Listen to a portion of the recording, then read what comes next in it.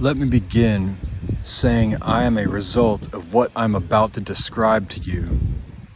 The use of isolation, darkness, dungeons, starvation, even 24 hours a day light are all ancient practices used to brainwash and create a subservient group of humans now worldwide, where a simple set of hand signals, tapping, and looks from eyes all cue the quote-unquote slave masters as to if you have been trained or quote-unquote programmed. And since people see I have been trained or programmed, they exhibit anger and use their powers to step on my life, simply because although I am trained or programmed, I walk free without the usual quote-unquote master or quote-unquote owner.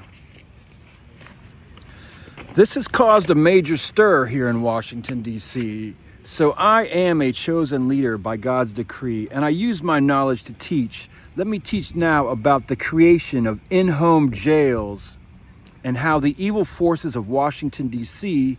have used me as a pawn to redefine a one-bedroom apartment with a den, basically a two-bedroom apartment, yet one of the rooms has no window or natural light.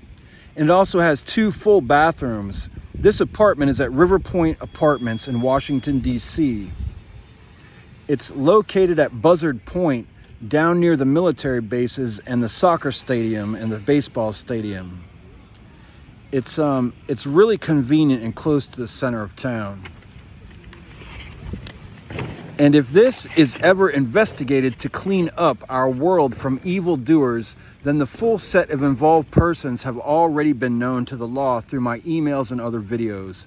However, as per River Point Apartments and their management, Berkshire Hathaway, and their affiliates in that building, the DC Central Kitchen, the Point Restaurant, and I think it's called the Hen House Restaurant, the main people at River Point Apartments who provide false information and create new designations of two-bedroom apartments down to a so-called studio apartment or quote-unquote in-home jail or isolation room or seclusion room, which is what the extra room can be used for that doesn't have a window in it.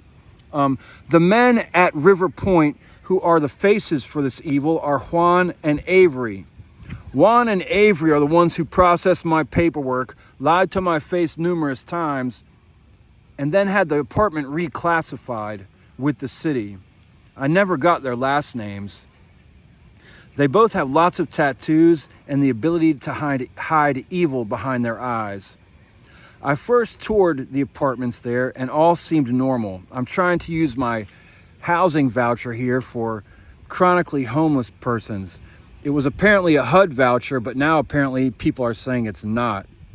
Anyways, Unit 841, Unit A41 or Apartment 841 was listed as a one-bedroom with a den. It also has laundry in the unit, a partial river view, and two full bathrooms, an open-air kitchen living room combo. Yet why did it get reclassified as a studio? Well, shit, to hide the den or the second bedroom that doesn't have a window, or the dungeon or the seclusion room or the programming room. And with the building plans, I'm guessing the whole stack of units from the third floor up to the 8th floor share the same floor plan. This, they want to have all them apartments designated changed to studio. So I applied for this apartment back in April or May.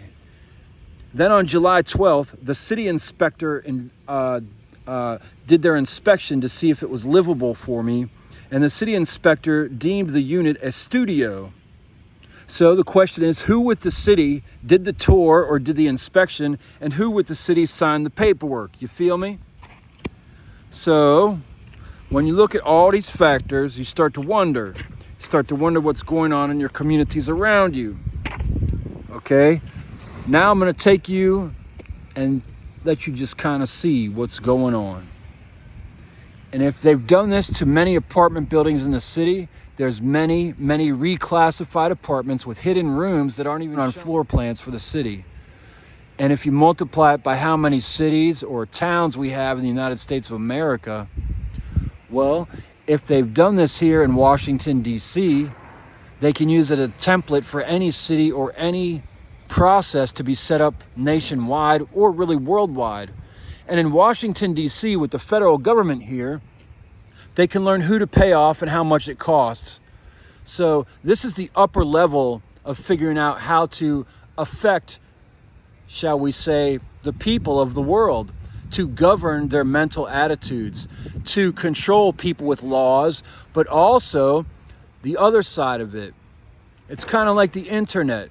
There's the internet that's accessible to everyone, and then there's the dark internet or whatever it's called. So I don't get into the illegal parts of the internet or the dark web, and most people try not to think about these things, so I know, but most people know about them as well. So who in your city is falsifying paperwork? How many children go missing in your city? Are those children being kept in seclusion rooms in your city? Or in Washington, D.C., which is currently the city I live in. I'm going to call it my city. How many children have gone missing in my city and are in these rooms that have been hidden using paperwork and government officials to hide these multiple bedroom units that don't have windows to all the bedrooms, and they're reclaiming them as studios on the paperwork so that the law won't even look. And a year from now, that paperwork will not ever even reflect that it ever even existed as a 2-bedroom or a 1-bedroom with a den.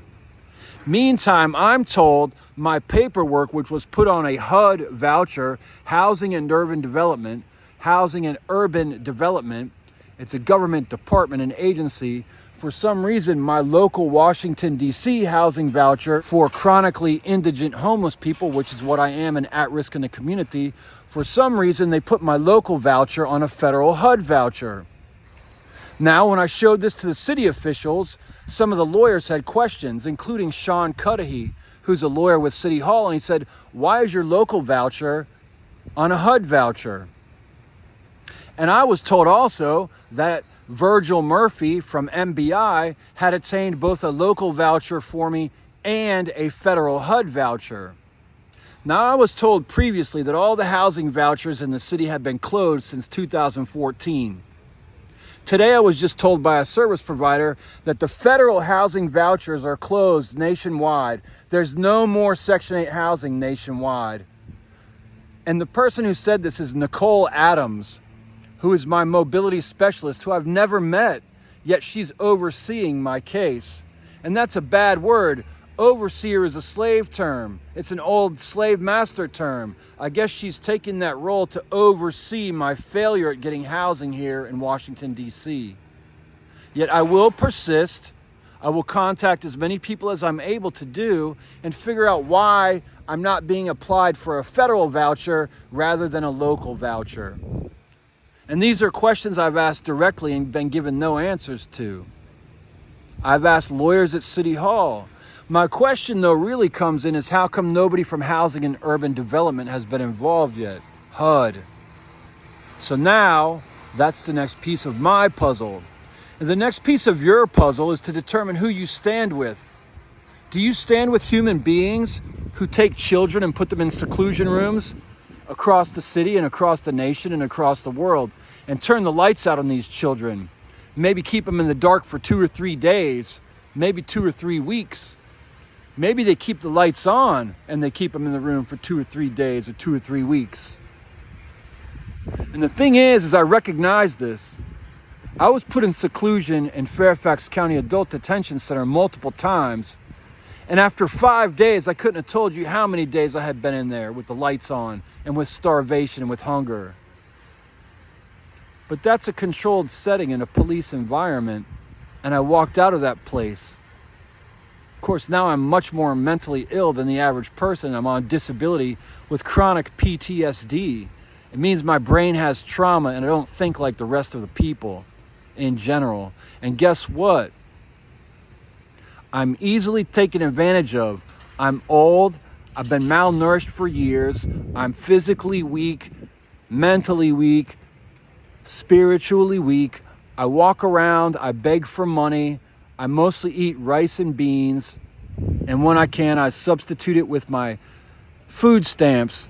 My disability just got approved for full disability 2 months ago.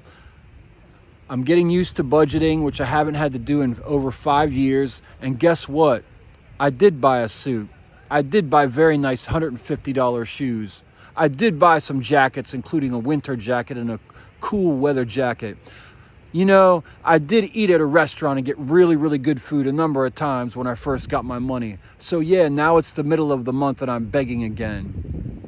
But the question is, if this is the result, and this is the programming from the Social Security Administration, well, and this is the programming also from the people who hand out food stamps, then we need to change the programming in the United States of America, especially because we're playing with a $35 trillion deficit or debt. We have a national debt of $35 trillion. Well, that means every person who works and pays taxes in the United States of America owes over $100,000 to the federal government. So if we're going to give all our money to the government and basically be indentured servants, then we need to make sure that people such as myself who need help get help rather than don't get help.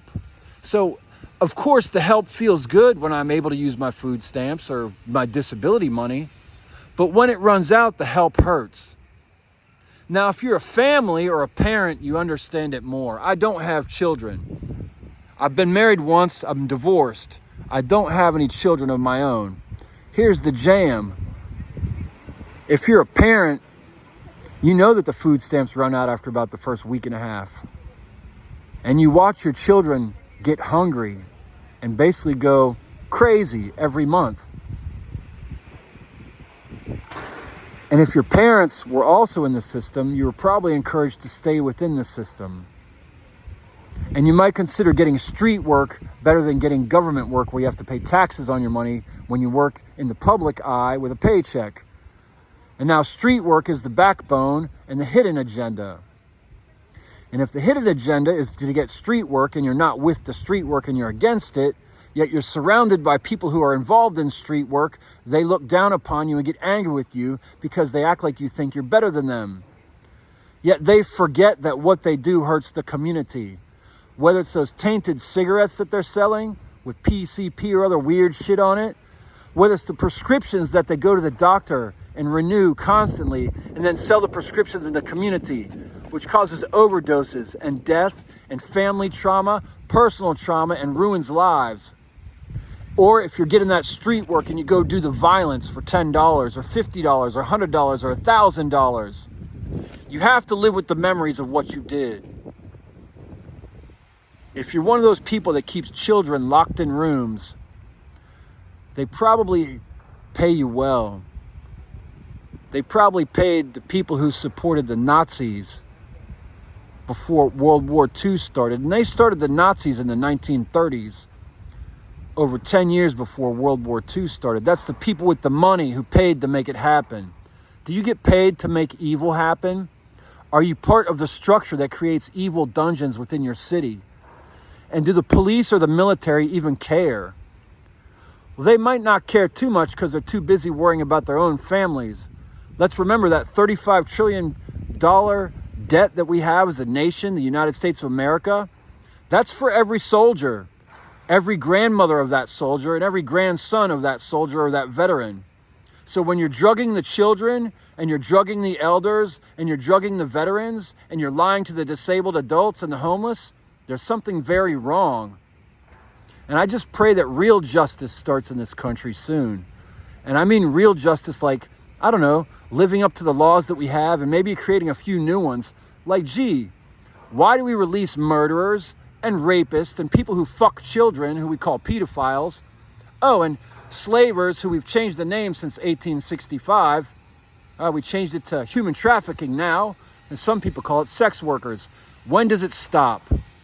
Does the military ever really care? I hope you do. And I also hope that all of the police who are for true justice also care, and we can change the world and make it better and end this evil torture room philosophy.